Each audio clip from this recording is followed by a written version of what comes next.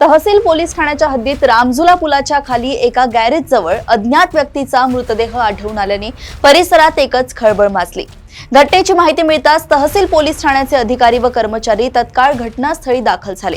पोलिसांनी मृतदेह ताब्यात घेऊन पंचनामा केला असून मृतकाची ओळख पटवण्यासाठी प्रयत्न सुरू आहे। मृत्यूचे नेमके कारण अद्याप स्पष्ट झाले नसून हा मृत्यू अपघाती आहे की घातपाताचा याचा तपास पोलिसांकडून केला जातोय।